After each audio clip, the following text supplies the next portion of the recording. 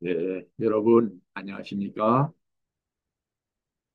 지금부터 이재승의 통일글방 제19 강좌를 시작하겠습니다. 오늘 강의 제목은 추구시대 이후 국가론 가운데 첫 단원인 이상주의 국가론입니다. 지난 시간까지는 추구시대 이전의 국가론으로서 헤브라이즘의 국가론, 헬레니즘의 국가론, 동양의 국가론 등을 공부했습니다. 오늘부터는 추구시대 이후의 국가론을 공부하면서 이상주의 국가론, 현실주의 국가론, 계약 국가론, 국가지상주의 국가론 등을 강의하겠습니다. 인류 역사에서 추구시대가 중요한 이유는 이때부터 인류가 인간에게 영혼이 있다고 생각하기 시작했기 때문입니다. 그리고 이때부터 이상주의가 생겨나기 시작했습니다. 지난 시간에 설명했듯이 르네상스 시대의 화가인 라파엘로는 바티칸의 교황청에 그린 그림 아카데미 학당에서 플라톤은 손가락을 하늘을 가리키도록 그렸고 아리스토텔레스는 땅을 가리키도록 그렸습니다.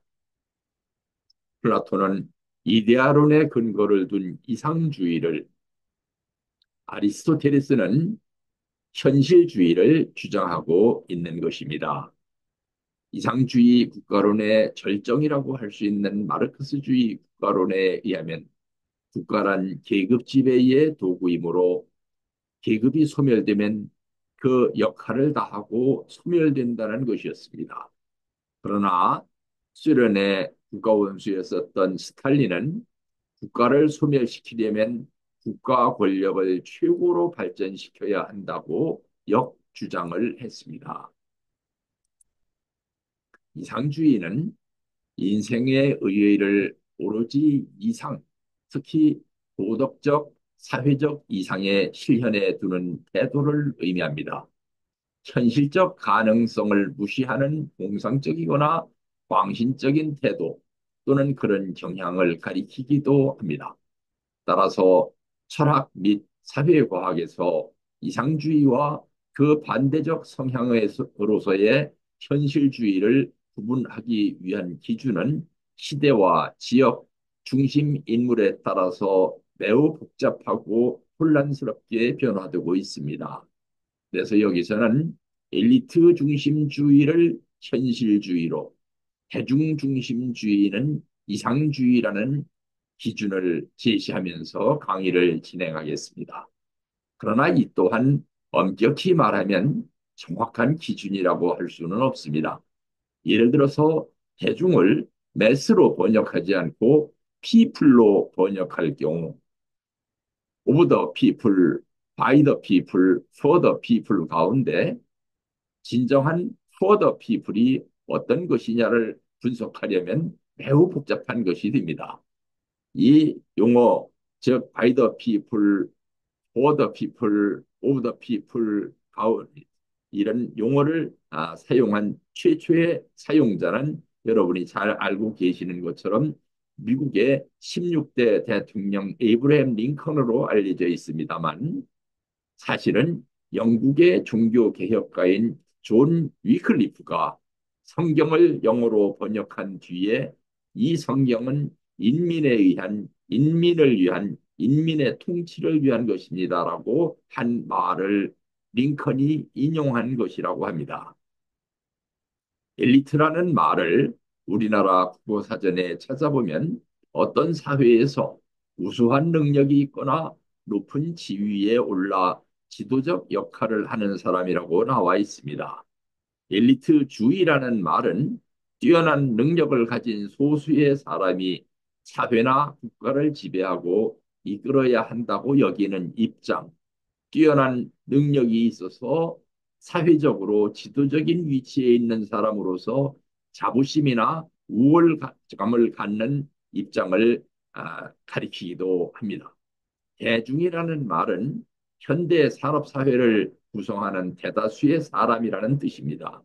어떤 책에 보면 엘리트는 그 사회의 5% 안에 들어가는 사람들이고 나머지 95%는 대중이라고 말합니다. 사회에서 엘리트가 맡고 있는 일은 정책을 개발하는 일입니다. 그들이 개발한 정책이 프로세스라는 과정을 통해서 대중에게 전달이 되는데 그 전달의 역할을 공문이나 언론, 가짜 뉴스 등이 담당하면서 여론을 조성하고 있습니다. 대중은 자기들에게 전달된 정책을 중심으로 행동하다가 행복을 느끼는 사람도 있고 불만을 터뜨리는 사람도 있고 무감각하게 살아가는 사람도 있습니다.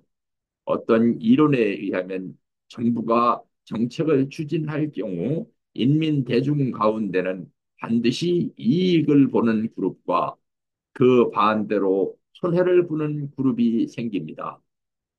대중의 이 같은 이익과 손해는 선거 때 투표를 통해서 표출이 됩니다.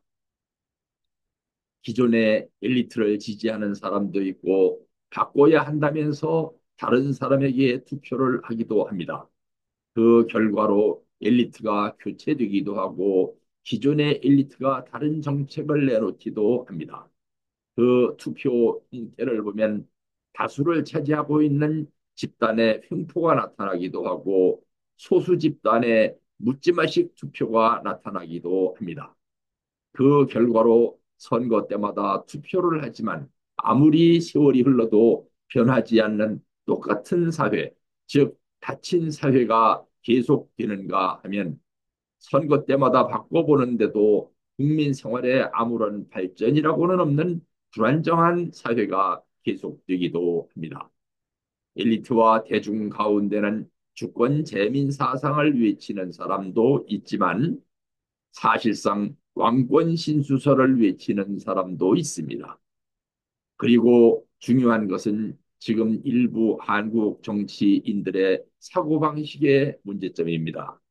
1970년대 이전까지는 남한보다 훨씬 잘 살았던 북한이 오늘날처럼 못 사는 나라로 만들어진 그 장본인 김일성 일가를 찬양하면서 주체 사상을 신봉하고 있다는 사실입니다. 이는 주권 재민 사상이 아닌 사실상 또 하나의 왕권 신수설인데도 말입니다.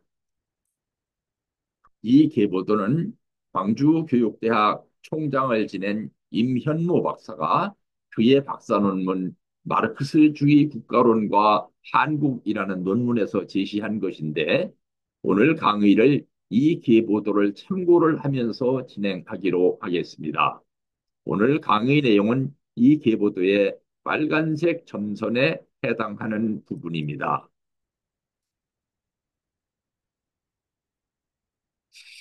빨간색 점선 내의 내용을 확대시키면 이 슬라이드와 같이 플라톤으로부터 시작되어 유토피아니즘으로 이어지다가 마르크스주의로 꽃을 피우게 됩니다. 마르크스와 엥겔스에서 시작된 이 계보는 레닌과 스탈린의 후속 마르크스주의로 연결됩니다.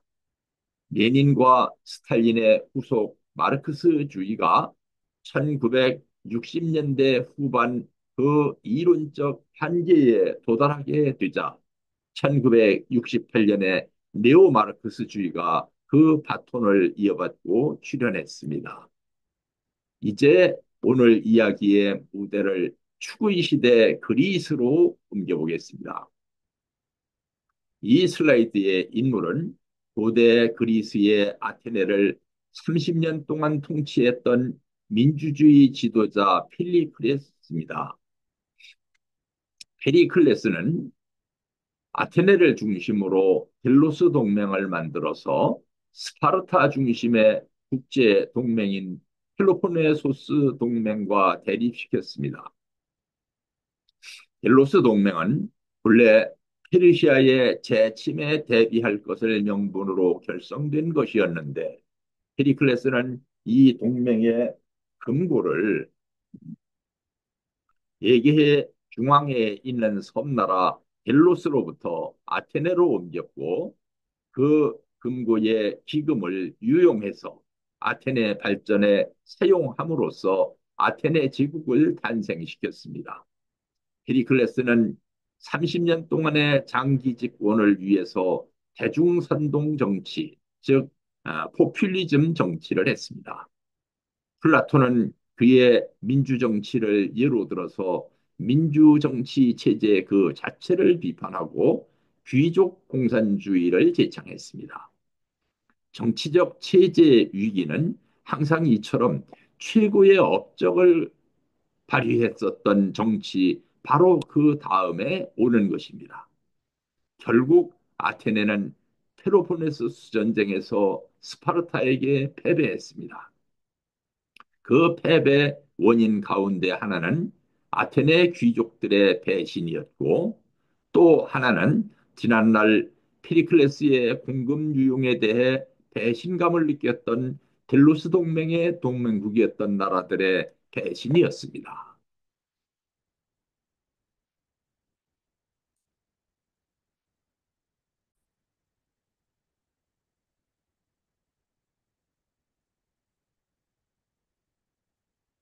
헤리클레스의 포퓰리즘 정치에 따라서 아테네의 무산자 계급은 민주적 권리를 쟁취할 수 있었습니다. 아테네 인구는 전성기에는 약 30만 명으로 증가했는데 그중 시민은 54.5%, 노예는 36.5%, 외국인 체류자는 9%였다고 합니다. 플라톤의 국가로는 BC 380년쯤에 쓰여진 것으로서 그 시기는 펠로폰네소스 전쟁에 패배한 후 아테네가 스파르타의 지배를 받던 시기에 쓰여진 것입니다. 플라톤은 이에 따라서 페리클레스 방식의 민주정치를 혐오했습니다. 국가의 기원에 대한 플라톤의 주장은 그의 책 국가 폴리테이아의 제2권에 나옵니다. 제7권은 이데아론을 설명하고 있으며 제8권에서 제10권까지는 여러 가지 정부 형태의 장단점을 분석한 책입니다. 특히 제7권은 이데아론을 중심으로 집중적 설명을 한 책이므로 이른바 동굴의 비유를 집중적으로 설명하고 있습니다. 그는 여기서 민주정치에 반대하고 혁명적 귀족 공산주의를 주장하고 있습니다. 그는 이 같은 이데아론을 주장하면서 현실 정치가 이데아를 닮아가야 한다고 주장했습니다. 그러나 당시 플라톤의 이데아로는 여러 학자들로부터 공격적인 비판을 받고 있었습니다. 그 공격적 비판 가운데 대표적인 것이 수제자라고 할 수 있는 아리스토텔레스의 비판이었습니다. 아리스토텔레스는 이데아론이 연역법적 중심이 아닌 귀납법적 추론에 의한 것이므로 형이상학이라고 주장했습니다. 그리고 무형의 이데아와 유형의 현실 세계의 관계는 형상과 진리의 관계라고 새롭게 해석했습니다. 그럼에도 아리스토텔레스는 세계사는 진료가 형상을 실현하여 가는 단계적인 과정, 즉 닮아가는 과정이라고 주장함으로써 플라톤의 이데아론을 배격한 것이 아닌 재해석을 통해서 수용하는 방식을 취했습니다. 아리스토텔레스는 현실적이고 경험적이며 실현 가능한 최선의 국가를 추구했습니다. 그는 덕치주의를 강조했습니다. 그리고 당시 아테네의 도시 규모를 이상적 정치를 실현하는데 가장 적당한 크기의 정치 단위로 판단했습니다. 이처럼 플라톤이 추구했던 이상주의 국가론에 대한 구체적 실현 방법이 아리스토텔레스의 관심 대상이었다고 해야 할 것입니다. 플라톤과 아리스토텔레스의 학문적 관계는 변증법적 경쟁을 통해 발전했다고 볼 수 있습니다. 플라톤의 저작 가운데 후기작에 속하는 책, 즉 BC 360년쯤에 쓰여졌다고 하는 티마이오스라는 책은 이런 과정을 통해 탄생한 책으로 이데아론에 대한 집중적 설명을 담고 있습니다. 티마이오스는 라파엘 그린 그림 아테네 학당에서 플라톤이 들고 있는 책이며 학자들 가운데는 플라톤의 티마이오스를 유교의 경전으로 치면 주역과 같은 책이라고 평가하는 사람도 있습니다. 플라톤은 그의 후기작 티마이오스에서 자신의 이데아론을 심층적으로 체계화했습니다.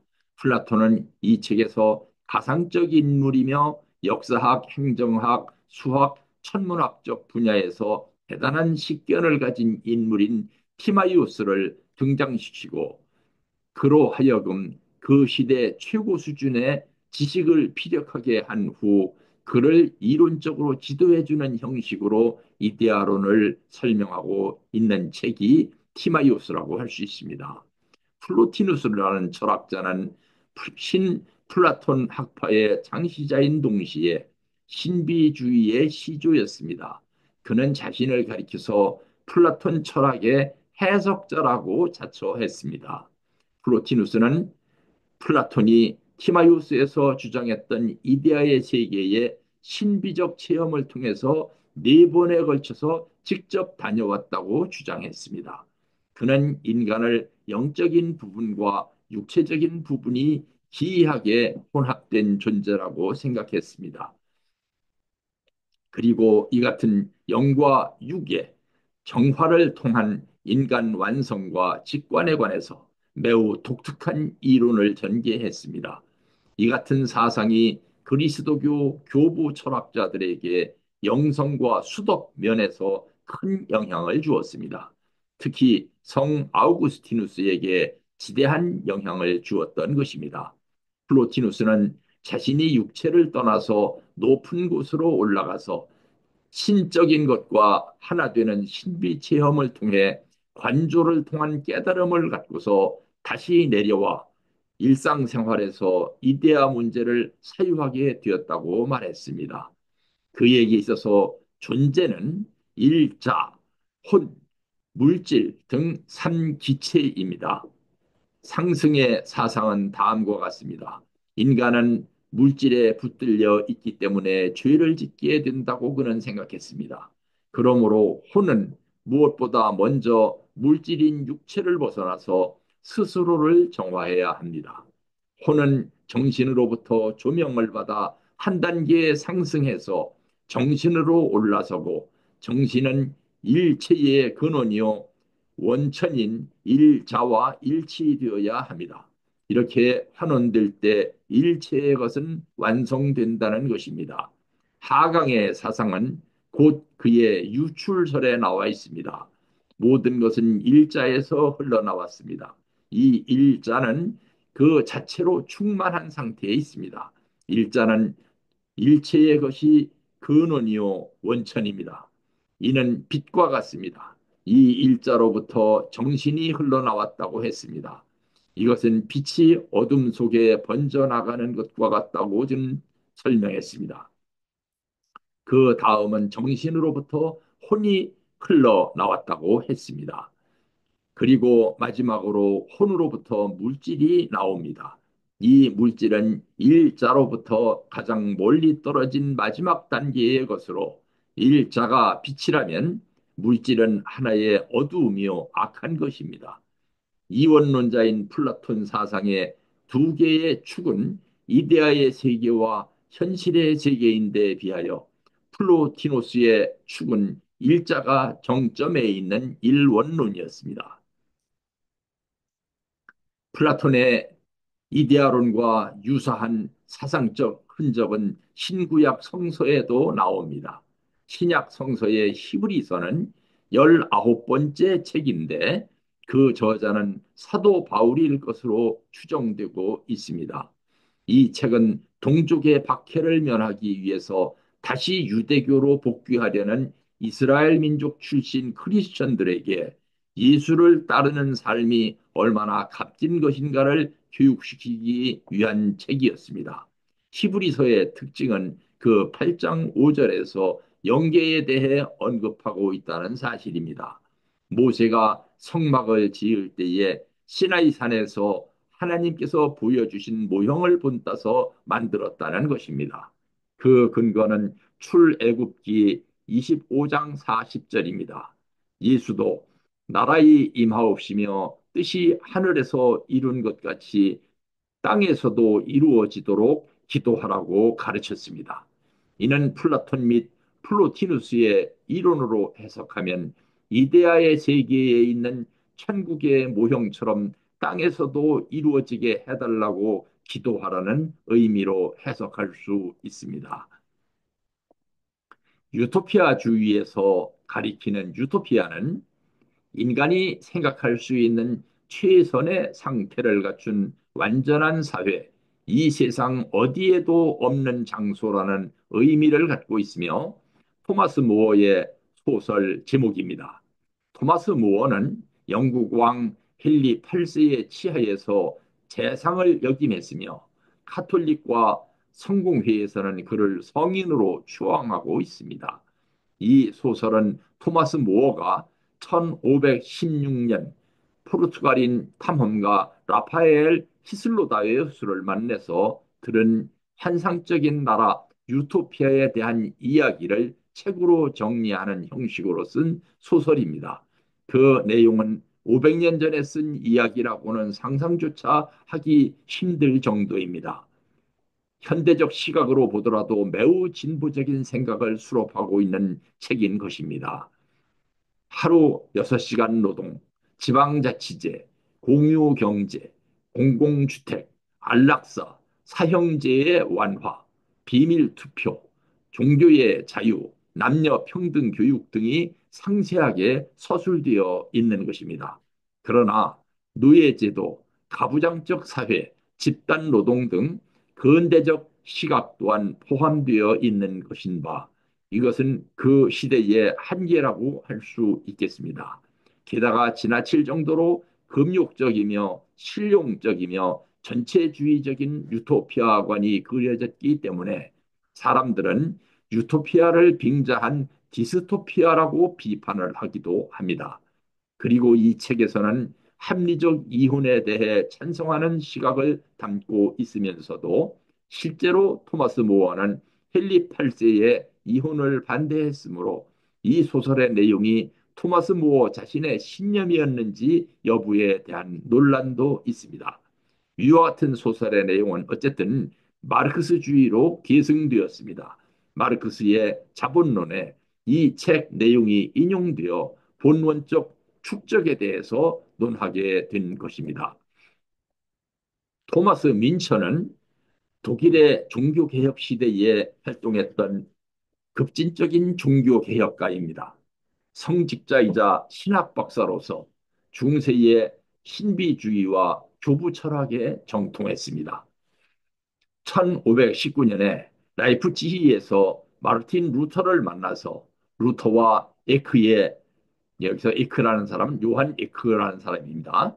라이프치히 논쟁에 참여했고 그 후 루터의 제자가 되었는데 루터의 추천으로 작센 지역 동부 츠비카우의 목사로 부임해서 종교개혁 운동을 주도했었습니다. 그런데 그 후에 폭력 투쟁을 통해서 봉건 영주의 통치권에 대항하고 교회와 하층민이 중심이 되는 이상사회를 건설해야 한다고 주장했으며 당시 영주와 타협하던 부패한 교회와 수도원을 해체함으로써 그 재산을 가난한 자에게 분배해야 한다고 강조하게 되면서 루터를 비판하기 시작했고 루터와 멀어졌습니다. 그는 농민 반란을 주도하던 중 필리프 1세를 상대로 한 프랑켄하우젠 전투에서 대패해서 포로가 되었으며 극심한 고문을 받았다고 합니다. 그리고 모든 것은 공공의 것이 되어야 하며 영주, 지주, 공작에게는 처음에는 경고를 주되 이를 듣지 않고 계속해서 악행을 한다면 죽여야 한다는 유언을 남긴 이후 참수형에 처해졌습니다. 그의 머리는 대중 앞에 효수되었다고 합니다. 마르크스주의자인 엥겔스는 토마스 민처를 농민 반란의 지도자로 평가하며 더 나아가 사회주의 혁명의 전통이 민처에서부터 시작되었다고 평가했습니다.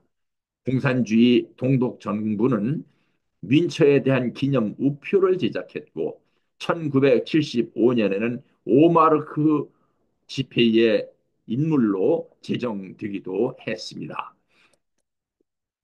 토마스 홉스는 영계를 부정한 국가론이 시작되는 분수령이었습니다.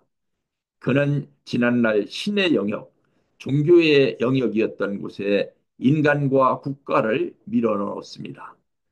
홉스가 리바이어던을 출판한 시기는 유럽이 요동치던 시기였습니다.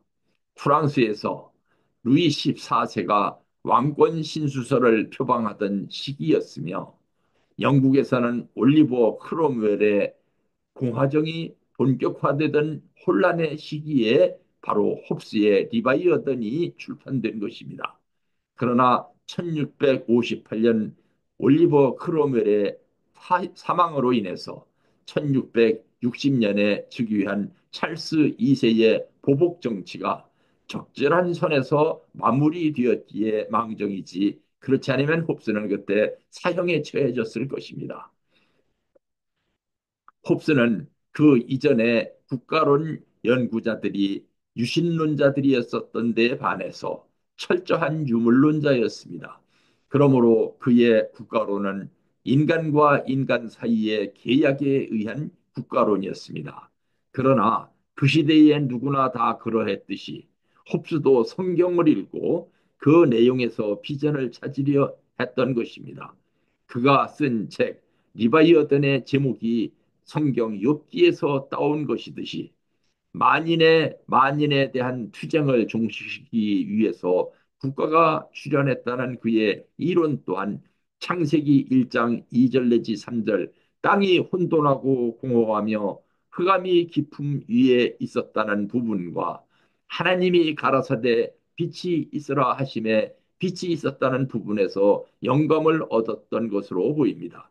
그가 유물론에서 출발한 이유는 근본적인 명제에서부터 재출발해야 요동치는 시대의 비전을 발견할 수 있다고 생각했기 때문일 것입니다. 하지만 중요한 것은 그의 국가론이 철저한 유물론에서 출발했다는 사실 그 자체라고 보아야 할 것입니다. 스피노자는 유럽 사회에 종교 전쟁이 빈발하던 시대에 종교의 자유가 가장 많이 보장되었던 사회 네덜란드의 유태인 철학자였습니다. 소년 시절부터 그는 매우 온순하고 총명해서 유대교 교단으로부터 랍비가 될 제목으로 주목을 받았으나 무신론자 및 유물론자라는 비판을 받고 24살에 유대교 사회로부터 영원히 추방되었습니다. 유대교는 그에 대해서 낮에도 저주받고 밤에도 저주받을 것이다. 잠잘 때도 저주받고 일어날 때도 저주받을 것이라고 저주했습니다.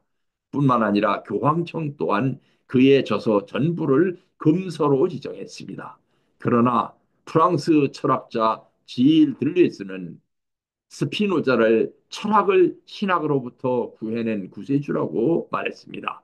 오늘날의 시각으로 보면 그는 무신론자라기보다는 독특한 신론을 주장했던 철학자였다고 해야 할 것입니다. 그러나 오늘날 그는 유대인 가운데 최초의 무신론자로 지목되고 있습니다. 공상적 사회주의란 칼 마르크스 이전에 사회주의의 흐름들을 마르크스가 비판하면서 붙인 이름입니다. 마르크스가 공상적 사회주의자라고 지칭했었던 이 사상가들은 생시몽, 프리에, 오원 등이었습니다. 그들은 당시에는 마르크스보다 훨씬 더 인기가 높았던 거물들이었습니다. 그러나 그들 각자의 주장은 상당한 차이가 있었습니다. 이들의 사상은 마르크스의 사상보다 구체적 이론 구조의 측면에서는 뒤떨어졌지만 훨씬 더 폭넓고 미래지향적인 사회주의 사상을 편견 없이 꽤 자세하게 전개하려 했다는 특징을 가지고 있습니다. 생시몽은 귀족 출신으로 18세 때 라파예트와 함께 미국 독립전쟁에 참전했었습니다. 귀국한 뒤에는 프랑스 혁명에 참여했었던 아주 적극적인 이상주의자가 바로 생시몽이었던 것입니다. 그는 인류의 지식은 신학적 단계, 형이상학적 단계, 실증주의 단계 등 3단계를 형성하면서 발전한다고 주장했습니다. 이 사상은 그의 제자였던 오기스트 꽁트의 인지 발달의 3단계 이론으로 발전했습니다. 생시몽은 또한 황족, 귀족, 승려, 대지주 등에 의한 정치적 지배 대신에 앞으로는 과학자, 은행가, 상인, 농부 등에 의한 경제적 지배가 등장할 것이라고 예언하기도 했습니다.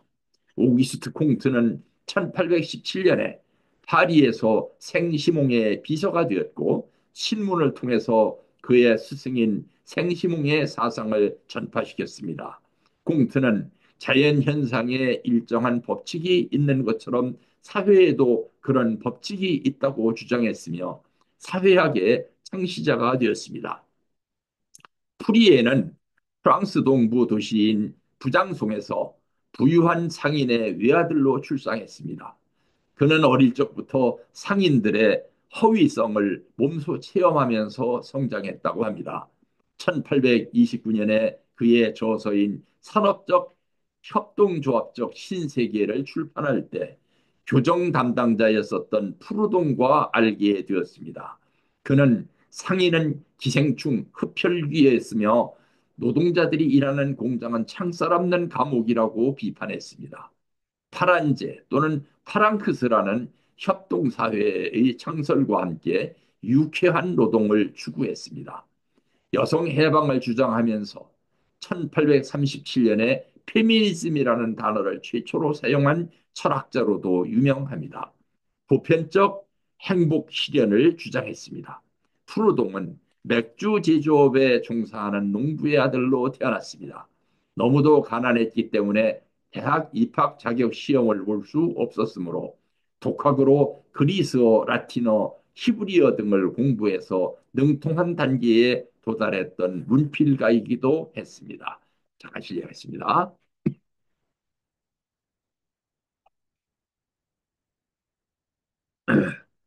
죄송합니다. 그는 아나키스트, 즉 무정부주의자를 자칭했던 최초의 인물이기도 했습니다. 국제노동자협회 제1 인터내셔널 창설을 적극적으로 추진했던 인물입니다. 생전에 마르크스와 교유했는데 마르크스는 소유란 무엇인가라는 프루동의 저서에 대해서 신라인 신문에서 통찰력 있는 저작이라고 호평했으며 신성가족에서도 재산에 대한 최초의 결정적인 강력한 과학적 검토라고 칭찬을 했습니다. 그러나 그 뒤로 푸르동이 1842년에 쓴 경제적 모순의 체계 혹은 빈곤의 철학이라는 책에 대해서 칼 마르크스가 철학의 빈곤이라는 책에서 비판을 했기 때문에 두 사람의 사이는 매우 나빠졌다고 합니다.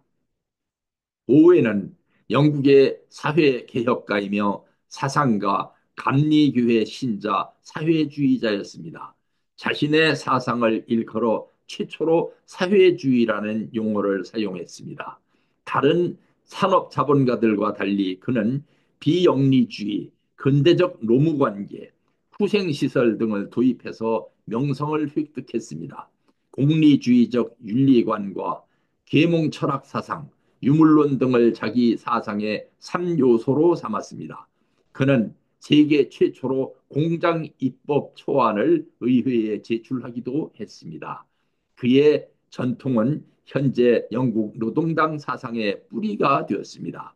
공상적 사회주의자들의 이론은 마르크스의 과학적 사회주의에 비해 과학적 체계에서는 부족하지만 더 폭넓고 미래지향적 시각을 가졌던 사회주의 사상이므로 소련이 붕괴된 이후 사회과학자들에 의해서 새롭게 조명을 받기도 하고 있습니다. 인민주의의 발생은 1848년에 혁명의 원인이 있다는 것이 일반적 판단입니다. 인민주의는 특히 제정 러시아 시대의 봉건 체제에서 사회주의 체제로 이행하는 과정에서 중요한 역할을 했던 특이한 민족사회주의적 이데올로기였으며 세계적으로 영향을 미쳤던 정치 사상입니다. 이들에 대한 이해는 레닌의 혁명론에 대한 이해와 더불어 개화기 한반도의 정치 사상적 흐름, 그리고 1970년대 한국에서 민주화 운동을 주도했던 민중주의, 그리고 대학생들의 농활을 이해하는 데 필요합니다. 여기서 인민주의는 제정 러시아 시대에 인민, 즉 전통적 농민층을 중심으로 사회주의 사회를 건설하고자 했던 정치 이념 및 그 사상을 지향하는 이들을 가리킵니다. 나폴레옹의 러시아 원정군이 대패해서 패주 프랑스로 후퇴할 때 그들을 끝까지 추격하면서 파리에 입성했었던 러시아 점령군에는 귀족 출신 청년 장교들이 많았습니다. 그들은 파리에서 그들이 꿈꿨던 자유시민 사회를 목격하고 러시아로 돌아와서 러시아에 대한 정치개혁 운동을 전개하기 시작했습니다. 나로드니키는 그들 청년 장교들을 포함해서 그들과 함께 근대 러시아에서 계몽운동을 주도했던 지식인들입니다. 그들은 농촌으로 들어가서 계몽운동, 그때 말로 부나로드 운동이라고 했습니다. 이 의미는 인민속으로라는 뜻을 가지고 있습니다. 이 부나로드 운동을 일으켜서 이들의 계몽을 통한 짜르 체제의 전복을 시도했습니다. 그러나 반대로 다시 당시 러시아의 농민들은 짜르 체제를 더욱더 옹호했습니다. 이에 낙담한 그들은 테러주의적 활동과 계몽주의적 활동을 동시에 이어갔습니다. 레닌의 형이 여기에 가담했다가 처형이 되고 그에 따라 반감을 갖고 레닌이 공산주의자가 되었다는 말도 있습니다. 나로드니키들은 알렉산드르 2세가 암살된 이후 대대적인 탄압을 받았고 그 뒤로 자취를 감추었다가 사회혁명당 SL이라고 합니다. 사회혁명당이라는 정당을 조직하면서 부활되었습니다. 사회혁명당은 1917년 러시아 3월 혁명 직후 최대 정당으로 부상했습니다. 이들은 러시아의 레닌의 쿠데타 10월 혁명을 그들은 10월 혁명이라고 말하는데 사실은 쿠데타였습니다. 레닌의 쿠데타로 알렉산드르 케렌스키의 러시아 공화국이 붕괴된 후 볼셰비키와 연대하며 노동공화국을 목표로 하던 좌파 나로드니키, 즉 좌파 사회혁명당과 사회경제와 자영농 성장, 그리고 농노의 해방을 야기한 사회자유주의 내지 사회민주주의의 성향을 가진 우파 나로드니키, 기존 사회혁명당으로 분열했습니다. 나로드니즘의 선구자들은 바쿠닌, 헤르젠, 벨렌스키, 체르니셰프스키, 도브롤로브 포프, 알렉세예프, 모르조프 등이었습니다. 특히 바쿠니는 포병장교 출신으로 독일에 유학해서 철학을 공부했으며 마르크스와 사귀었고 엥겔스에게 철학을 가르쳤던 것으로 알려졌습니다. 그는 나중에 마르크스와 결별하고 아나키즘의 선구자가 되었습니다. 헤르젠 또한 짜리즘은 제정 러시아의 전제 정치 형태를 가리킵니다. 이 헤르젠 또한 짜리즘에 반대하고 농노 해방을 위하여 투쟁하는데 생애를 바쳤던 인민주의자였습니다. 나중에 중국의 손문, 즉 순원도 나로드니즘의 영향을 받았고 마오쩌둥 또한 나로드니즘의 영향을 받은 혁명론을 포병했습니다. 러시아 사회주의의 아버지로 일컬어지는 플레하노프도 처음에는 인민주의자였다가 나중에 마르크스주의자로 전향한 것으로 알려졌습니다. 그들은 러시아 사회의 후진성과 농업국가로서의 특수성을 강조했으며 농민들을 위한 광범위한 대변자로 자처했습니다. 인민 속으로 들어가라, 즉 부나로드라는 구호를 제창했습니다. 인민을 자본주의적 침탈의 주요 희생자로 간주한 이들은 사회주의적 이행은 광범위한 노동 대중의 열망과 혁명적 에너지가 방출될 경우 실현되리라고 가정했습니다.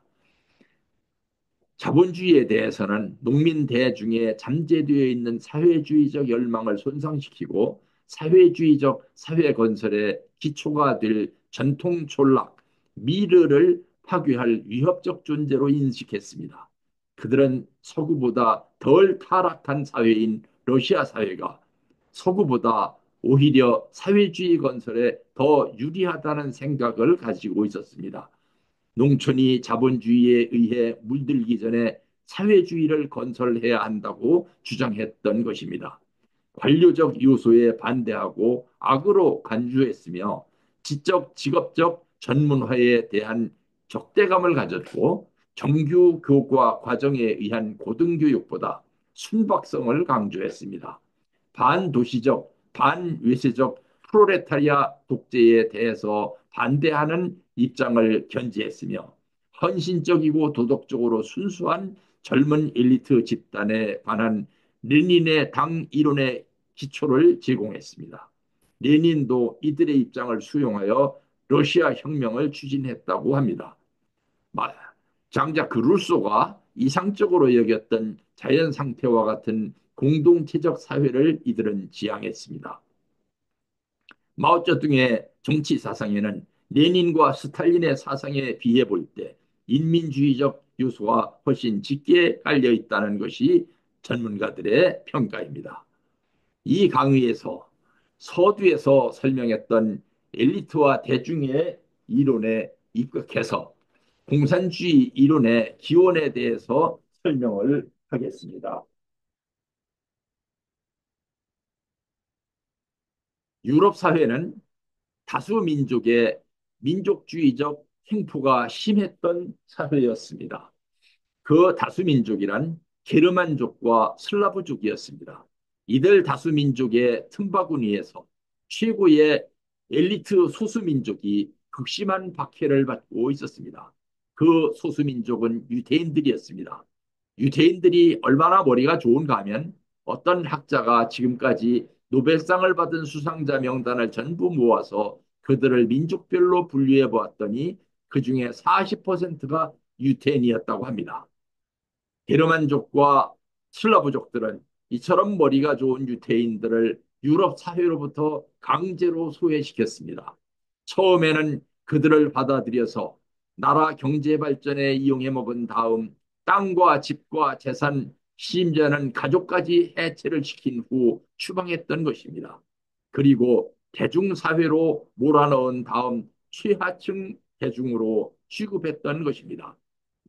이에 따라 유태인들은 생존을 위한 수단으로 남의 말에 잘 속고 선동당하기 쉬운 사람들, 즉 대중을 선동하여 세상을 뒤집어 엎을 궁리를 한 것입니다. 그 세상을 뒤집기 위해서 만든 사상이 바로 마르크스주의인 것입니다. 공산주의의 이상주의적 경향을 가리켜서 일부 지식인들은 공산주의가 이론은 참 좋은데 그 실천에 문제가 있다고 말합니다. 이는 현재 실존하는 공산주의와 그 이론을 가리켜 생각해 볼 때 문제가 있는 해석이라고 할 수 있습니다. 이제 공산당의 기원에 대해서 생각해 보겠습니다. 공산주의와 민족주의의 악연, 나쁜 인연은 앞에서 설명한 바와 같습니다. 민족주의로 인해서 피해를 입은 유대 민족주의자들이, 즉 시온주의자들이 민족주의적 파라독스가 바로 마르크스주의 속에 짙게 배어 있는 것입니다.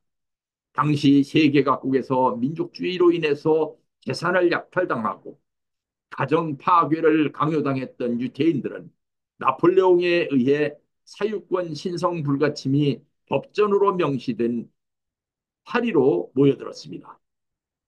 이들이 1834년 파리에서 피추방자 동맹이라고 하는 지하 조직을 결성했습니다. 1836년에는 피추방자 동맹이라는 이름을 의인 동맹으로 바꿨습니다. 1847년에는 이 같은 의인 동맹의 이름을 또다시 마르크스와 엥겔스의 제안에 따라서 공산주의자 동맹으로 개편했습니다. 그들 공산주의자 동맹의 멤버들이 마르크스와 엥겔스에게 공산주의자 동맹의 강령 집필을 위임했던 것입니다. 마르크스와 엥겔스에 의해서 1년 뒤에 출판된 공산주의자 동맹의 강령이 바로 1848년에 발표된 공산당 선언인 것입니다. 공산주의와 유태인이 이와 같은 악연을 갖고 있기 때문에 이 슬라이드에서 볼 수 있듯이 대부분의 중요한 공산주의자는 유태인입니다. 이렇게 내려온 계보를 여기서 잠깐 요약 설명하면 이렇습니다.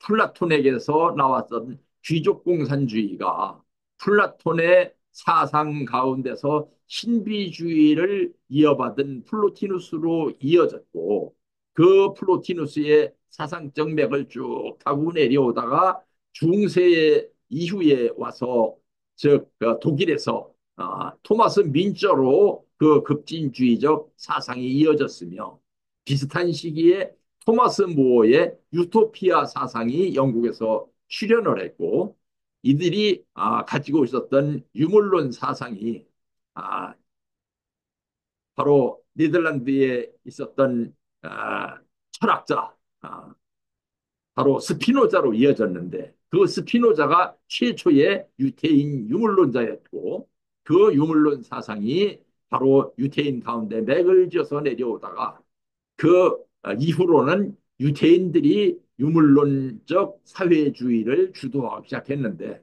그 최초의 체계화한 인물이 바로 마르크스와 엥겔스라는 것입니다. 이와 같이 유태인 주도로 바뀌어서 이상주의적 국가론이 출현한 이후로 여기에 유태인들이 집중적으로 집결하기 시작했다 하는 것이 지금까지의 강의의 요점입니다. 이 슬라이드에 보시는 것처럼 대부분의 중요한 공산주의 이론가들은 유태인입니다.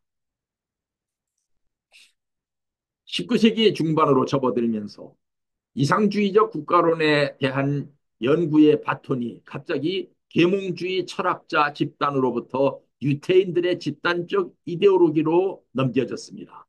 칼 마르크스와 그의 친구였던 프리드리히 엥겔스는 인간의 의지와는 무관하게 즉 유물론적 시각으로 존재하는 사회 그 자체를 분석했다는 평가를 받고 있습니다. 그들은 국가라는 거대 기구가 근대 사회의 문제 해결을 위한 역할의 한계를 드러내고 있음에 주목하고 국가의 본질과 기원에 관한 문제의 구명을 시도했습니다. 그들은 단순한 정치 기구와 정치 혁명을 연구하는 차원을 넘어서서 경제 구조의 분석으로부터 사회혁명의 문제까지 광범위하게 연구 범위를 확대했습니다. 나아가서 이를 위한 전략 전술에까지 포함되는 과학적 사회주의 체계를 구성했습니다. 나아가서 경제 구조의 분석으로부터 사회혁명의 문제까지 광범위하게 연구 범위를 확대했던 것입니다. 이를 위한 전략 전술론까지 포함하는 과학적 사회주의 체계가 이때 세워진 것입니다. 마르크스의 이론이 체계화된 배경으로는 마르크스의 개인의 성격과 성장 과정에 대한 연구가 지금까지 주류를 이루어 왔습니다. 그러나 모든 이론이 확산 배경이 그렇듯이 개인의 문제가 어떻게 이렇게 짧은 시간에 넓은 범위로 확산될 수는 없는 것입니다. 마르크스 주의는 유럽의 보편적 다수민족인 슬라브족과 게르만족의 민족주의적 학대로부터 벗어나려는 극소수 엘리트 민족, 이스라엘 민족, 즉 유태 민족의 혁명 사상인 것입니다. 그러므로 주요 공산주의자의 절반 이상이 유태인입니다. 마르크스 주의는 추구의 시대에 나타나는 급진주의 노선입니다. 학술적 용어로 추구의 시대는 통일 사상으로 볼 때 메시아 강림 준비 시대에 해당됩니다. 통일 사상에서는 AD 16세기 보다 정확하게 말해서 마틴 루터의 종교개혁 이후 시대를 메시아 재강림 준비 시대라고 부릅니다. 동시성 이론에 따라서 메시아 강림 준비 시대에 일어났던 사건은 메시아 재강림 준비 시대에 재현될 가능성이 매우 높았던 것입니다. 메시아 강림 준비 시대에 나온 이론, 특히 플라톤의 이론 가운데 사회주의 사상이 담겨 있고 스파르타에서는 일찍부터 국가 사회주의적인 제도가 자리 잡고 있었습니다. 마르크스 주의는 이 같은 동시성에 따라 나온 이론이라고 볼 수 있는 것입니다. 19세기 독일, 영국, 프랑스의 산업 사회적 특수성을 감안해야 합니다. 산업혁명에 의해서 갑자기 2차 산업 인구가 폭증함에 따라서 당시 사회에는 경제법이나 경제윤리가 부재했습니다. 따라서 윤리 추구주의적인 성향을 가진 특수 이론이 처음 나왔을 때 그에 열광하는 무리가 대규모로 집결한 상황은 부자연스러운 것이 아니었던 것입니다. 장보댕이 그의 시대에 로만 카톨릭의 환멸을 느끼고 절대 군주론을 지지했듯이 마르크스 또한 당시 유럽 사회의 절대 민족주의 혹은 기독교의 관계가 있는 어, 유태인의 민족 해방 사상이므로 그리고 해결의 변증법을 믿고 프로이센 정부를 신의 선택으로 판단하여 혁명을 중단하지 않도록 하기 위해서 그들의 철학은 필연적으로 유물론이어야 했던 것입니다. 마르크스의 경제 이론을 국제관계에 적용한 레닌의 제국주의론에 의해 아시아, 아프리카, 피압박 민족의 민족주의와 결부될 수 있는 태생적 요소를 내포하고 있는 사상이었던 것입니다. 그러므로 20세기 이후 제3세계로 확산될 수 있었던 것입니다. 여기서 마르크스 레닌주의의 이론 체계를 간단하게 언급하고 넘어가야 할 필요가 있습니다. 후속 마르크스주의, 즉 마르크스 레닌주의자들이 내세우는 이론의 종합적 구조는 이 슬라이드에서 보는 것과 같은데 이 체계는 앞에서 설명한 것처럼 두식화를 좋아했던 이론과 엥겔스의 두식이었습니다.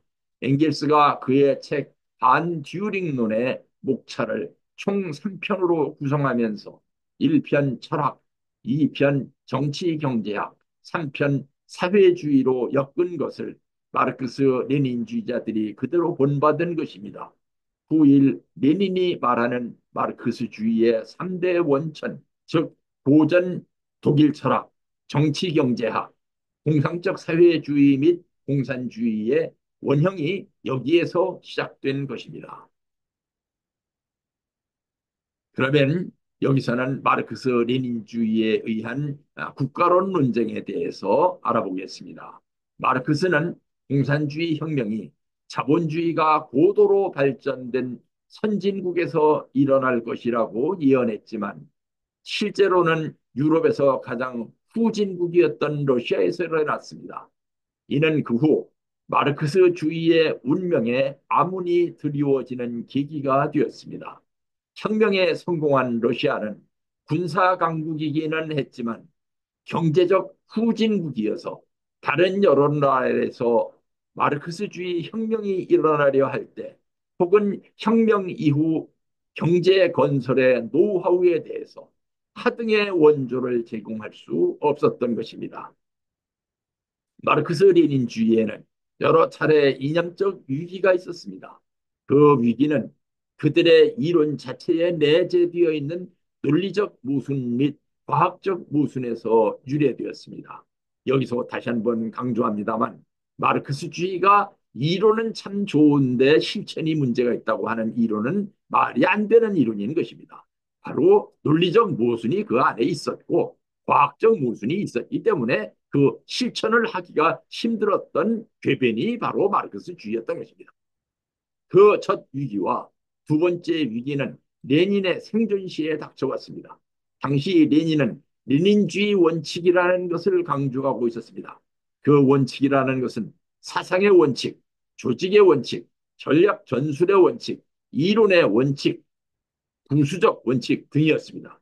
첫 위기는 1909년, 즉 이론의 원칙이 나올 당시에 발생되었습니다. 레닌이 민인주의 원칙에서 지나치게 전략 전술의 중요성을 강조하다 보니까 그 레닌을 추종했었던 추종자들 가운데서 적지 않은 숫자가 그렇게 머리를 잘 써야 한다면 유물론이 아니라 유심론이 맞는 것이 아니냐는 질문을 제기한 것입니다. 린니는 이들 모두를 숙청하면서 문제를 해결하기 위해서 유물론과 경험 비판론이라는 중요한 논문을 썼습니다. 두 번째 위기는 그들의 이론에서 국가론이 실질적으로 부재했던 것으로 인해 발생했습니다. 해당초 마르크스는 그의 유물사관에서 국가 소멸론을 주장했습니다. 국가는 부르주아 계급과 하나 되어서 피지배 계급을 압박하기 위한 상부 구조라고 매도하면서 국가는 소멸되어야 할 존재라고 마르크스는 언급했던 것입니다. 그럼에도 레닌은 그 국가론을 정립하기 위해서 국가와 혁명에 대한 집필을 시도했다가 결국 실패하고 미완성으로 끝냈습니다. 레닌은 그 중단한 이유를 실천을 해야 할 시기를 한가롭게 논문을 쓰면서 낭비할 수 없었다고 변명했지만 실제로는 그가 마르크스주의로부터 볼셰비키가 건설해야 할 국가에 대한 이론을 도출해낼 수 있는 근거를 찾아낼 수 없었기 때문인 것입니다. 만약 그 근거를 찾아낼 수 있었다면 나중에 혁명에 성공한 후에라도 국가와 혁명을 완성했을 것입니다. 이로 인해서 세 번째 위기가 닥쳐왔습니다. 볼셰비키 혁명의 주력군이었던 노동자와 농민들이 1917년 혁명 성공 이후 노동을 거부하기 시작한 것입니다. 혁명에 성공한 이후에 러시아에서 혁명의 주력군이었던 노동자와 농민이 무엇 때문에 제정 러시아 시대와 똑같이 하급 노동에 종사해야 하느냐 하는 것이 그들의 노동 거부의 이유였습니다. 이로 인해서 초래된 총체적 경제 위기를 타개하고자 레닌은 신경제 정책이라는 것을 수립했고 옛 제정 러시아 시대의 행정 관료와 부르주아들을 다시 불러들여서 그들의 도움을 받아야 했었던 것입니다. 네 번째 위기는 생물학 논쟁이었습니다. 레닌은 멘델의 유전학 이론 속에 변증법적 유물론과 반대되는 요소가 있다고 판단하고 그 멘델의 유전의 법칙을 배척하고 과수 원예가이며 육종 전문가인 미추린의 이론을 받아들여서 그것을 수련해 새로운 생물학이라고 자칭했습니다. 미추린의 후계자인 리센코는 1948년부터 생물학자들 가운데 멘델주의자를 색출해서 일제히 추방 또는 숙장했습니다. 세계적으로 유명한 생물학자였던 바빌로프가 이때 사형 선고를 받고 복역하던 중에 굶어 죽었습니다. 이 같은 생물학자 숙청으로 인해서 러시아의 농업과학이 붕괴되었고 세계적인 농업 국가였던 러시아는 세계 최대의 식량 수입국으로 전락했습니다. 여담이지만 문재인 정부 이전에는 한국의 각 인터넷 사이트에 백과사전에 미추린에 대한 항목이 있었고 여기에 미추린주의의 잘못된 점을 상세히 소개하고 있었는데 문재인 정부 이후부터는 그 내용들을 삭제하고 미추린의 공로를 찬양하는 내용으로 지금 바뀌었습니다. 심지어는 인터넷 백과사전에 보면은 문화어로는 이것을 뭐라고 부른다는 문화어라는 내용이 나오는데 그 문화어라는 단어는 바로 북한식 표현을 문화어라고 찬양하고 있는 것입니다. 이렇게 인터넷을 바꾸는 것에서부터 그들의 이론 혁명이 진행되고 있는데 이런 혁명은 반드시 문명을 역행하고 우리 사회에서 과학 발전을 붕괴시킬 것입니다. 다섯 번째 위기는 1945년 스탈린 시대에 닥쳐왔습니다. 스탈린은 지난날 러시아 혁명이 겪었던 비극적 시행착오를 되풀이하지 않기 위해서 혁명이 진행 중인 나라들에게 가급적이면 부르주아 민주주의 혁명 BDR 전략을 채택할 것을 권고했습니다. 그러나 이 같은 전략을 채택했던 대부분의 나라에서 혁명이 실패함으로써 세계 공산주의 지도자들에 대한 소련의 리더십이 타격을 입게 되었습니다. 스탈린은 그 교체 이유에 대한 설명도 없이 전 코민테른 의장이었던 디미트로프의 주장을 받아들여서 인민민주주의 혁명 전략으로 전환했습니다. 이로 인해서 마르크스 레닌주의의 3대 구성 부분 가운데 가장 중요한 부분인 전략 전술론이 타격을 입었습니다. 이에 따라 북한에서도 소련 점령군 사령부가 처음에는 부르주아 민주주의 혁명 전략에 따라서 조만식 선생을 북한의 국가원수 후보로 점 찍었었는데 전략이 바뀌었기 때문에 인민민주주의 혁명 전략으로 바뀜에 따라서 갑자기 김일성으로 바꿔야 했던 것입니다. 여섯 번째 위기는 스탈린의 사망 직후인 1956년에서 1957년에 프루시초프 체제하에 소련에서 일어났던 사회주의 체제하의 모순 논쟁과 토대와 상부구조 논쟁 등 철학 논쟁이 일어난 것입니다. 이는 마르크스주의의 철학적 모순과 레닌주의의 국가론 부재로 인한 정치학적 모순을 남김없이 드러낸 사건이었습니다. 일곱 번째 위기는 소련 공산당이 1960년에 세계 각국의 사회주의 계열 정당 대표들을 초대해서 크렘린 궁전에 레닌의 방에서 개최한 회의가 발단이 되었 것입니다. 이때 휘쇼프는 이제 소련의 혁명에서는 과도기 단계가 끝났으므로 명목만 프로레타리아 계급 독재일 뿐 실제로는 공산당 독재 체제였던 과거 체제를 청산하고 공산당이 독점했던 권력의 상당 부분을 노동자 단체인 직업총동맹에게 넘겨줄 계획이라고 회의에서 선언을 한 것입니다. 그런데 이에 대해 뜻밖에도 중국과 북한 등이 거세게 반발했고 이것이 바로 중소 이념 분쟁의 발단이 되었던 것입니다. 여덟 번째 위기는 1965년에 닥쳐온 경제학 논쟁이었습니다. 쿠데타를 통해서 휴쇼프를 축출하고 집권한 브레제네프가 경제정책만큼은 어찌할 도리가 없었기 때문에 이에 따라 소련 공산당은 전국 유명한 경제학자들을 모스크바로 총집결시키고 경제학 토론회를 열게 했으며 이 자리에서 경제학자들이 마르크스주의 경제학으로는 더 이상 국가 경제를 지탱할 수 없다고 선언을 하게 한 후 수리 경제학을 대안으로 채택했던 것입니다. 위와 같은 철학 논쟁과 생물학 논쟁, 정치학 논쟁에서 일어난 수리 경제학 도입 사건, 그리고 스탈린의 전략 전술론 변경을 통해 입증된 과학적 사회주의의 모순 등은 막스 레닌주의의 철학, 정치 경제학, 과학적 사회주의 등 모든 분야에서의 이론적 모순성을 사실상 총체적으로 자인한 사건이 되었던 것입니다.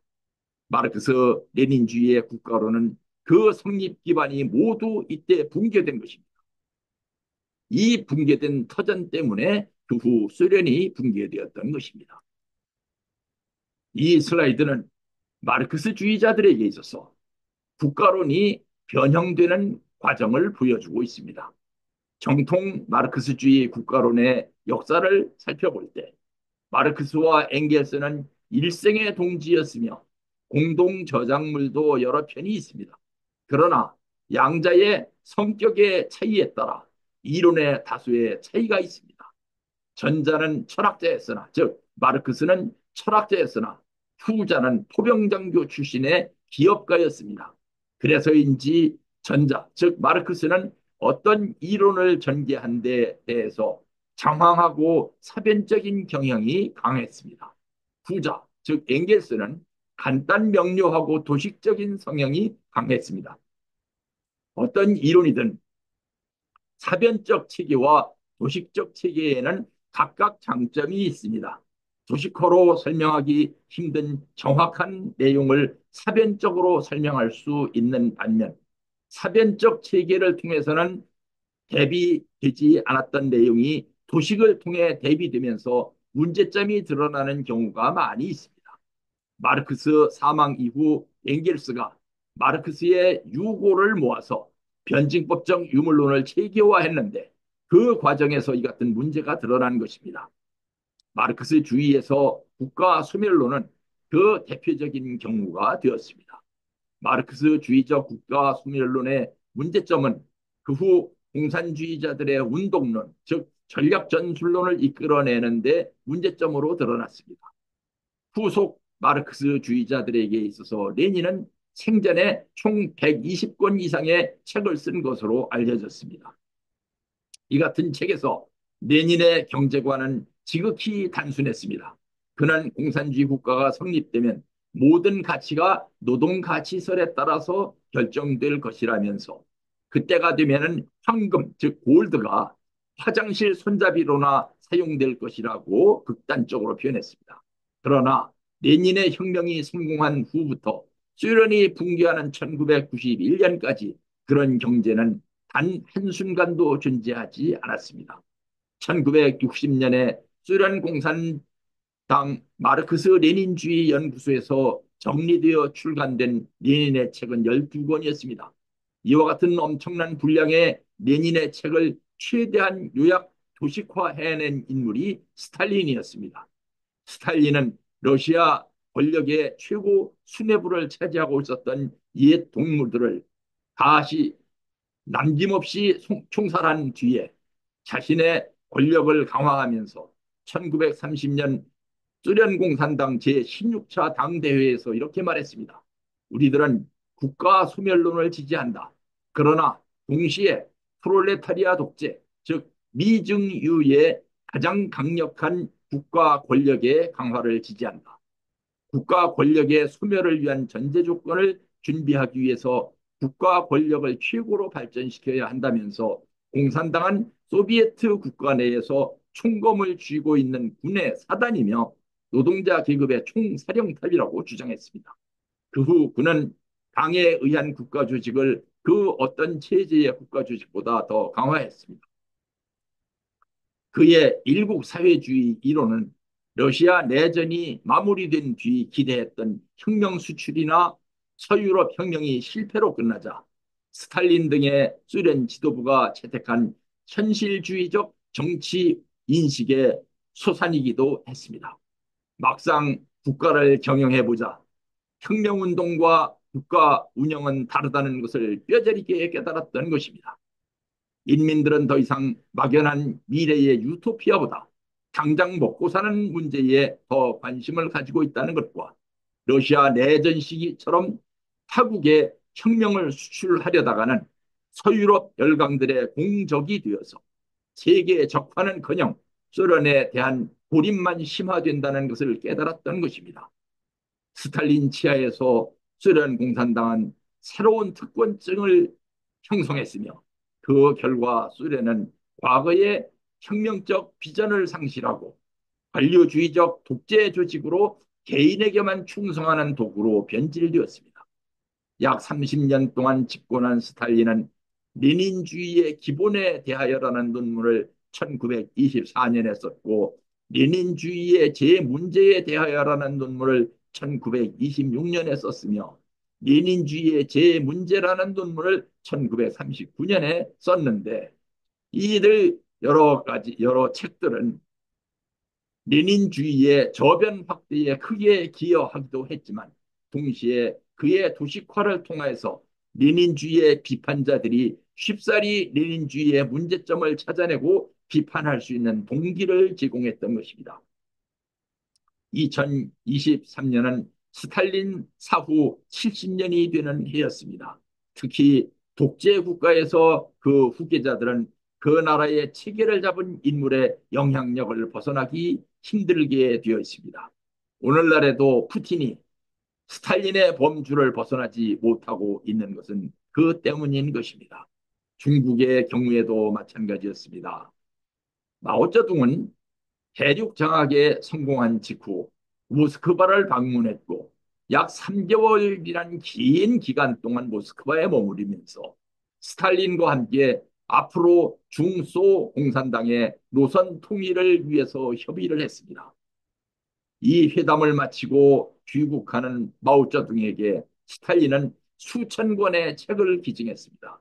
이는 소련의 국가 운영 경험에 관한 기록이었습니다. 그러나 스탈린주의를 그대로 중국에 이식시키려 했던 마오쩌둥의 대약진 운동은 대대적인 실패를 하고 마무리되었습니다. 그 실패의 폐해는 소련보다 훨씬 더 심했습니다. 대약진 운동은 부강한 사회주의 국가를 만드는 것을 목적으로 1958년부터 1962년 초까지 마오쩌둥의 주도로 시작되었던 농공업의 정산 정책이었는데요. 마오의 농촌 현실을 무리한 집단 농장 정책, 그리고 농촌에서의 원시적인 철강 생산을 하기 위해서 토법고로라는 용광로를 등용했었던 정책 등은 2,500만 명에 이르는 사상 최악의 굶어 죽은 사람들, 즉 아사자를 내고 큰 실패로 끝났습니다. 그러나 이로 인한 마오의 일시적 퇴진 후 류 샤오치는 경제 회복 정책에 대해서는 중국의 인민 대중은 이론적으로 이해하기 어려웠습니다. 왜냐하면 류 샤오치가 자신의 마오이즘에 대한 개혁 정책에도 불구하고 중소 이념 분쟁으로 인해서 소련의 개혁 정책, 즉 크루쇼프의 페레스트로이카 정책과 싸워야 하는 이중적인 모순을 범했기 때문입니다. 마오는 이 같은 중국 인민 대중의 무지를 이용해서 문화대혁명을 일으켰고 재집권에 성공했습니다. 마오의 사후 덩샤오핑이 개혁으로 오늘날 중국은 G2가 되었음에도 불구하고 중국은 지금 또다시 시진핑에 의한 마오이즘으로의 복귀 운동을 허용하고 있는 중입니다. 스탈린주의를 북한에 옮겨놓은 김일성의 경우는 마오이즘보다 더 특이했습니다. 마오가 자기의 권력 회복을 위해 일으켰던 문화혁명을 김일성은 자신의 집권 기반 위에서 추진했기 때문입니다. 그리고 권력 세습을 3대에 걸쳐서 단행하고 있습니다. 최근 언론 보도에 의하면 북한은 지금 4대에 걸친 권력 세습을 준비하고 있다고 합니다. 한국 정치도 여기서 크게 다르지는 않습니다. 박정희 시대의 한국 정치는 대통령의 권력을 대폭 강화시켰습니다. 그 뒤로 여러 차례 정권 교체가 있었지만 김대중, 노무현, 문재인을 포함한 대부분의 대통령들이 그때 강화된 대통령의 권한을 축소시킨 적이 없습니다. 레닌은 그의 집권 기간에 후진국에서 추진되고 있는 공산주의 혁명의 유형을 판단하기 위해서 소련의 지원을 받아야 하는 후진국들의 정체성에 대해서 신식민지형과 파시즘형 등 두 개의 형태로 구분했었습니다. 전자는 경제를 일으키기 위해서 선진국들로부터 차관을 도입하는 나라들이고 후자는 개발 독재를 진행 중인 나라들이었습니다. 김일성은 이를 그대로 본따서 남한의 정치 현실을 신식민지 반자본주의, 즉 반봉건주의라고 규정을 했고 또는 내판 군사 파시즘론 등으로 비판했던 것입니다. 지금 한국의 일부 좌익 정치인들은 이 같은 김일성의 이론을 그대로 본따서 한국 정치 비판 이론에 적용하고 있습니다. 후속 마르크스주의가 1917년 러시아 혁명을 통해서 최초의 사회주의 국가를 탄생시켰지만 서유럽 지식인들의 눈에 비친 러시아 혁명은 지나치게 야만적이고 폭력적이었습니다. 이 같은 야만성과 폭력성은 외부의 비판이 아닌 소련 내부의 권력 교체 과정, 즉 최고 권력이 스탈린에서 크루쇼프로 바뀌는 과정에서 스스로 폭로되었습니다. 그런 크루쇼프를 축출한 후 등장한 브레즈네프 체제에서는 1965년에 마르크스주의 경제학을 스스로 비판하고 포기한 뒤 수리 경제학을 채용했던 것입니다. 게다가 당시 자본주의 국가들은 이미 자체적 개혁을 단행해서 자본주의의 대안으로 복지국가주의를 도입하면서 마르크스가 자본론을 통해 붕괴를 예언했던 요인이 되는 약점을 스스로 듣고 일어나고 있었던 것입니다.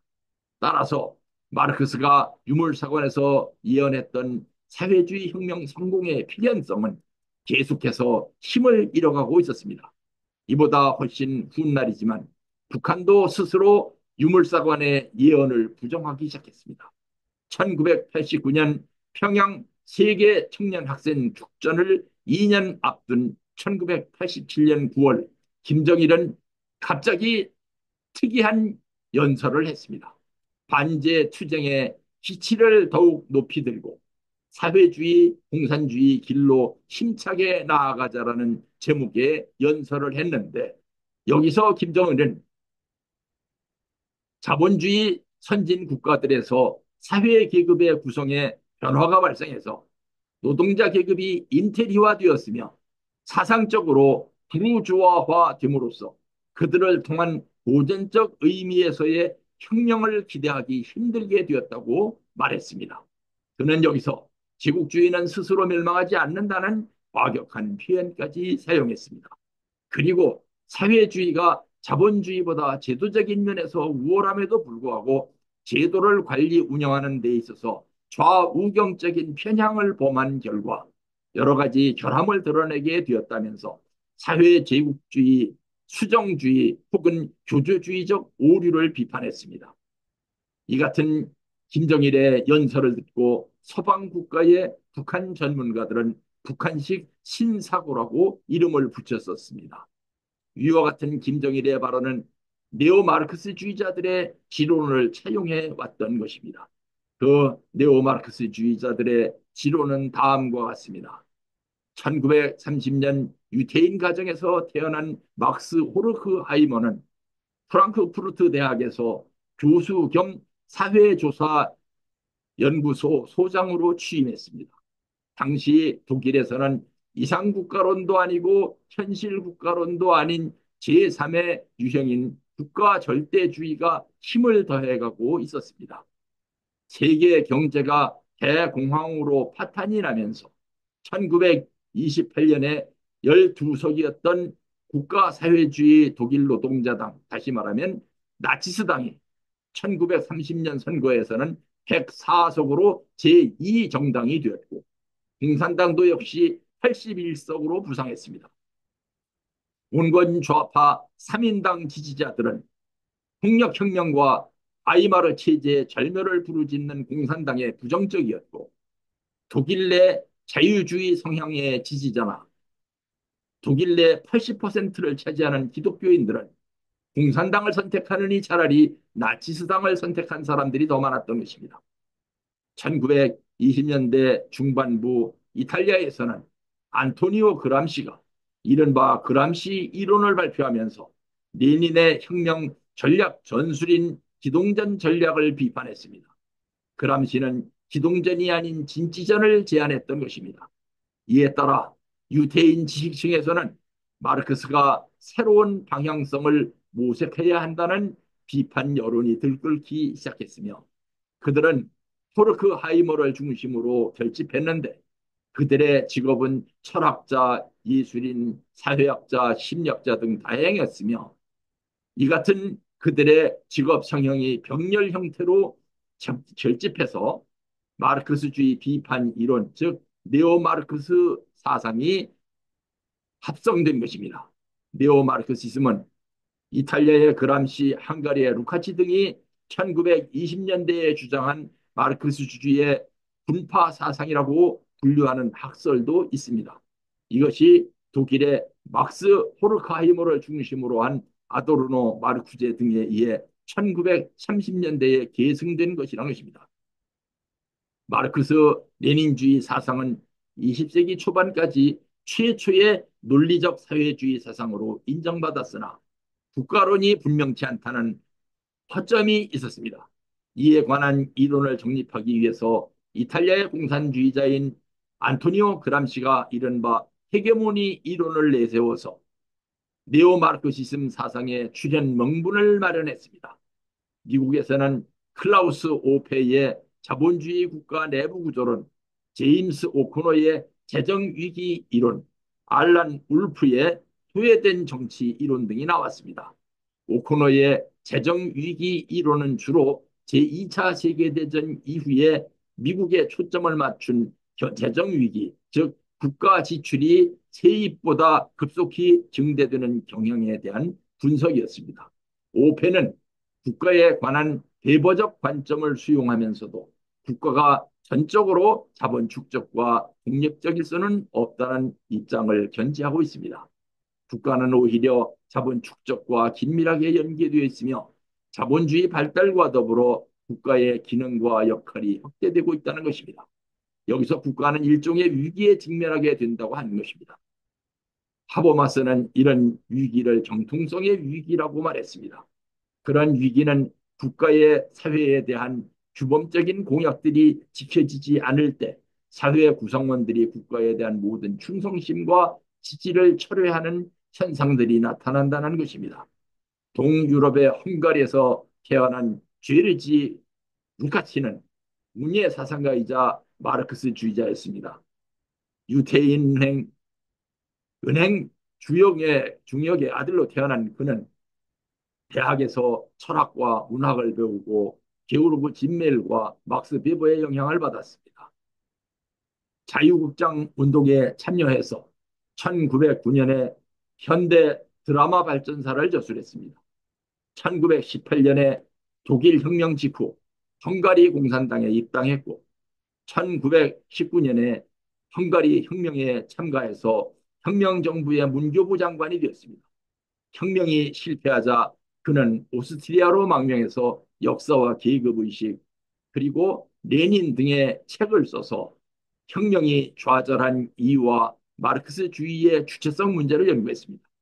1929년 모스크바에 가서 마르크스 엥겔스 연구소의 연구원이 되었고 한때 반파시즘 투쟁을 위해 유럽으로 돌아가기도 했으나 전쟁 중 대부분을 모스크바에서 연구 활동을 하면서 발자크론을 비롯한 많은 근대 문학 사상사에 관한 논문을 집필했습니다.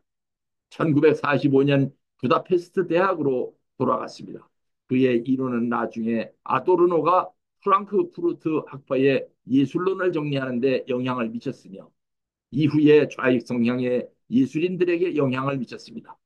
서유럽에서 네오마르크스주의의 확산, 즉 68 혁명은 신기하게도 1965년 소련에서 브레제네프가 마르크스주의 경제학을 포기한 뒤 그 바톤을 이어받은 후계자인 것처럼 확산된 것입니다.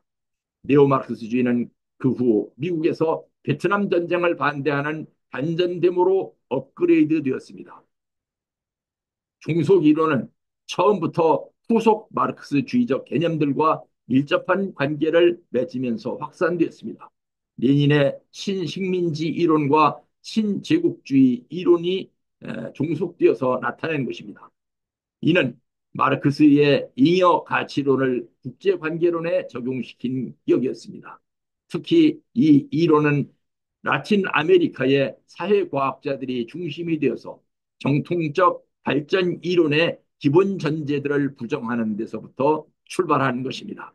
당시 미국에서는 로스토우식 경제 도약 모델을 발전도상 국가들에게 소개 및 권장하고 있었습니다. 로스토우는 존 F 케네디와 린든 B 존슨 행정부에서 국가안전보장 고문으로 일했는데 자유경제와 관련해서 광범위한 저술 활동을 하였으며 특히 개발도상국에 대한 내용이 많이 있습니다. 그는 예일대학교를 19살에 졸업했으며 24살에 박사학위를 받은 수재였습니다. 또한 로즈 장학금을 통해서 옥스퍼드 대학에서 공부하기도 했습니다. MIT 경제학 교수로 재직 중이던 1958년에 낸 경제성장의 단계, 반공산당 선언으로 큰 반향을 일으켰습니다. 여기서 그는 로스토우식 경제 도약 모델을 개발했는데 이는 주요한 경제성장 모델 중 하나입니다. 이 모델은 5개의 기초적 단계로 경제성장을 모색하는 것이었습니다. 로스토우는 모든 사회를 전통적 사회, 과도적 사회, 도약의 과정에 있는 사회, 공업화 과정을 통한 성숙 사회, 고도의 대량 소비 단계에 도달한 사회 등 다섯 단계로 구분하고 과도적 사회와 도약 단계의 사회에서 근대화를 위한 정치적 지도력의 원천으로 군부 통치를 지목했습니다. 이러한 루스토식 경제 도약 모델은 박정희 시대 한국 경제 정책에서도 중요한 사회 발전 이론으로 도입됐습니다. 이 모델이 후진국 지도자들에게 던져주는 매력은 저개발 국가도 선진 국가처럼 발전할 수 있으며 그것도 서구 선진 국가들이 수백 년을 통해 달성한 경제적인 번영을 저개발 국가들은 단기간에 달성할 수 있다는 도약 이론이었던 것입니다. 라틴 아메리카의 사회과학자들이 이 같은 미국의 발전 이론을 기본 전제들을 부정하고 레닌주의를 도입한 데는 그 발전 이론 가운데 군부 독재 이론을 지지하는 요소가 포함되어 있었기 때문입니다. 라틴 아메리카의 사회과학자들이 내세운 종속 이론은 1960년대와 1970년대 근대화 이론을 비판하면서 크게 유행했는데 세계적으로 빈곤이 계속 확산되면서 근대화 이론은 급격히 인기를 잃었습니다. 특히 1960년 이른바 아프리카 해를 맞이해서 아프리카에서는 한꺼번에 30개국 이상의 신생국이 탄생했는데 이들 모두가 소련과 중공을 지지했던 것입니다. 1960년대에 많은 개발도상국들은 중속 이론에 기반해서 수입 대체 산업화를 발전 전략으로 채택했습니다. 그러나 주변부 국가로 여겨지던 인도와 한국 등이 경제 성장에 성공하면서 중속 이론은 예전의 그 위상을 잃어버렸습니다. 라틴 아메리카 사회과학자들 중에 대표적인 중속 이론가였던 카르도주는 1995년에 대통령직에 취임한 후에는 개혁 드라이브와 함께 자신의 학자 시절 성향과는 반대가 되는 친자본적인 정책을 추진함으로써 인플레이션 억제와 환율 안정 등 경제 성과를 내면서 5년 뒤 재선에도 성공했던 것입니다. 2001년에 그는 김대중 대통령의 초청을 받아서 브라질 대통령으로선 최초로 한국을 국빈 방문한 바 있었습니다. 소비에트 연방 공산당 대회는 소련 공산당의 전당대회입니다. 소련 공산당 강령에 따르면 소련 공산당의 총괄 기구는 당 대회입니다. 그러나 실권은 당 대회에서 선출되는 당 중앙위원들의 기구 당 중앙위원회에 있으며 당 중앙위원회 또는 당 중앙위원회 또한 통상 1년에 2회 이상 열리는 회기와 회기 사이의 공백 기간에 활동하는 정치국의 그 실권을 위임하고 있습니다. 당 대회는 1920년대까지는 매년 대회를 개최했습니다. 스탈린은 그의 국가론을 다음과 같이 천명했습니다. 우리들은 국가 소멸론을 지지한다. 그러나 동시에 프롤레타리아 독재, 즉 미증유의 가장 강력한 국가 권력의 강화를 지지한다. 국가 권력의 소멸을 위한 전제 조건을 준비하기 위해서 국가 권력을 최고도로 발전시켜야 한다. 스탈린의 집권기인 1939년에서 1952년 사이에는 당 대회가 열리지 않았습니다. 이 시기는 당보다 국가의 힘이 강했다고 볼 수 있습니다. 스탈린 사망 이후 소련 공산당은 매 5년마다 당 대회를 개최했습니다. 이제 소련 공산당 붕괴의 원인에 대해서 다시 한번 생각해 보겠습니다. 소련 공산당의 첫 번째 위기는 앞에서도 잠시 설명했었습니다만 1909년 레닌의 지나칠 정도의 전략 전술론 강조로 인해서 유래되었습니다. 이래서 유물론이 위기를 초래했고 레닌은 유물론과 경험 비판론이라는 1909년 논문을 쓰므로써 이를 해결했다고 했지만 이 후유증은 그 뒤에도 계속되었습니다. 두 번째 위기는 국가론의 위기였습니다. 레닌의 미완성작 국가와 혁명은 1917년, 즉 소련에서 혁명이 일어나던 시기에 집필된 것인데 마르크스주의의 국가 소멸론에는 국가론 도출에 근거가 없었기 때문에 레닌은 이 논문을 미완성작으로 남겼습니다. 만약 마르크스주의 이론에 국가론을 도출해낼 수 있는 이론적 근거가 있었으면 혁명에 성공한 후에라도 레닌은 이 책을 완성작으로 만들었을 것입니다. 세 번째 위기는 그들의 1917년 2월 혁명 이후 자유총선을 실시한 결과 총 707명의 피선 대의원 가운데 410명이 사회혁명당 나로드니키였습니다. 이에 비해서 볼셰비키는 175명에 불과했습니다. 16명이 멘세비키 소속이었고 17명이 입헌민주당 카데트 소속이었습니다. 나머지 86명은 민족단체 소속이었습니다. 레닌은 나중에 군대를 동원해서 쿠데타를 일으켰고 이로 인해서 사회혁명당은 붕괴되었습니다. 그 쿠데타를 소련은 10월 혁명이라고 자칭을 했는데 자유주의국가의 전문가들도 그 명칭을 그대로 본따서 10월 혁명이라고 부르는 것입니다. 사실은 이는 쿠데타였던 것입니다. 그 후 소련에서는 일체 자유총선이 금지되었고 여타 위성국가에서도 자유총선이 금지된 이유가 여기에 있었던 것입니다. 네 번째 위기는 1917년 이후 노동자와 농민들의 노동 거부, 그것이 바로 네 번째 위기였습니다. 다섯 번째 위기는 1920년대 말에서 1930년대 초반까지 이르는 생물학 논쟁이었습니다. 레닌은 멘델의 유전 이론 속에 변증법적 유물론과 반대되는 요소가 있다고 판단하고 미추린의 이론으로 이를 교체하려 했습니다. 때문에 소련의 농업과학이 붕괴되었고 세계 제1의 식량 수출국이었던 러시아는 소련에 이르러서 세계 최대의 식량 수입국으로 전락했습니다. 중국에서도 항공우주공학자인 천쇠선을 중심으로 농업개혁을 단행했는데 이 대약진 운동이 실패함으로써 수천만 명의 인민이 아사했다고 그 후계자였던 류샤오치는 마오쩌둥을 공격했던 것입니다. 여섯 번째 위기는 1945년 스탈린 시대의 전략 전술론 변경의 위기였습니다. 부르주아 민주주의 혁명을 전략을 사전 설명도 없이 인민민주주의 혁명 전략으로 바꾼 것입니다. 소련 점령군 사령부는 이로 인해서 전날 국가원수 후보로 점찍었던 조만식 선생을 북한의 국가원수를 점찍었다가 갑자기 김일성으로 교체함으로써 그들의 전략전술론의 허점을 드러냈던 것입니다. 일곱 번째 위기는 스탈린 사망 직후인 1956년에서 1957년에 일어났는데 후르쇼프 체제하에 소련에서 일어났었던 토대와 상부구조 논쟁, 즉 철학 논쟁이었습니다.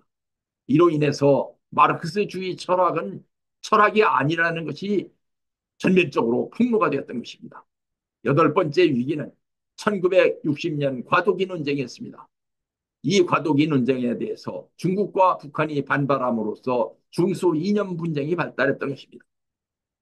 아홉 번째 위기는 1965년에 닥쳐온 경제학 논쟁이었습니다. 쿠데타를 통해서 후쇼프를 축출한 브레제네프였지만 경제 문제만은 어쩔 수가 없어서 소련 전국에 걸쳐 모든 경제학자들을 다 모스크바로 불러 모아서 경제학 토론 대회를 장기간에 걸쳐서 시행하게 한 뒤 그 결론으로 마르크스주의 경제학을 폐기하고 수리 경제학으로 병용하기로 결정을 했던 것입니다. 이로써 마르크스 레닌주의는 철학과 정치경제학, 전략전술론 모두에서 허점이 드러나고 모순이라는 사실이 밝혀졌던 것입니다. 오늘은 여기에서 강의를 마치기로 하겠습니다. 여러분들의 이 강의의 내용이 단순한 공산주의 비판에 있었느냐라고 혹시 질문을 제기하는 분들이 있으면 좀 사과를 드리겠습니다. 왜냐하면 이상주의 국가론에 대해서 그 절정에 속해 있는 마르크스 레닌주의를 설명하려다 보니까 자세하게 설명할 수밖에 없었고 그 자세한 설명이 비판으로 이어졌던 것입니다. 오늘 강의는 여기서 마치겠습니다. 여러분 대단히 감사합니다.